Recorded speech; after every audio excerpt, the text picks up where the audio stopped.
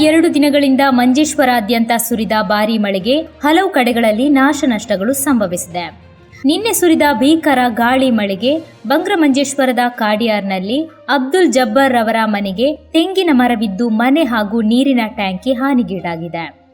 ಈ ಸಂದರ್ಭ ಮನೆಯಲ್ಲಿ ಅಬ್ದುಲ್ ಜಬ್ಬಾರ್ ರವರ ಪತ್ನಿ ಫಾತಿಮಾ, ಮಗಳು, ಮಗಳ ಪತಿ, ಸೊಸೆ ಹಾಗೂ ಮೊಮ್ಮಕ್ಕಳು ಇದ್ದರು. ಅದೃಷ್ಟವಶಾತ್ ಯಾರಿಗೂ ಏನೂ ಸಂಭವಿಸಿಲ್ಲ.